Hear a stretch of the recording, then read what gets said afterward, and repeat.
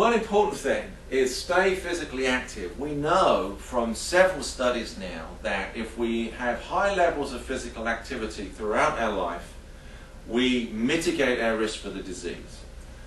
So there are some important questions about this that are still outstanding. How much activity is required? How much should we do? If we're 75 years old, what level of activity do we have to attain? Do we have to be a marathon runner, or is walking a mile or two each day enough? And that's something that we and others are still actively working on. How long do we have to exercise for? If we exercise for 10 years, does that confer protection over the next 10 years? We don't know the answers to all these things clearly, but we do know that in general, the more rigorous the exercise, the more often we engage in it, and the longer that we've engaged in it for, the less our risk.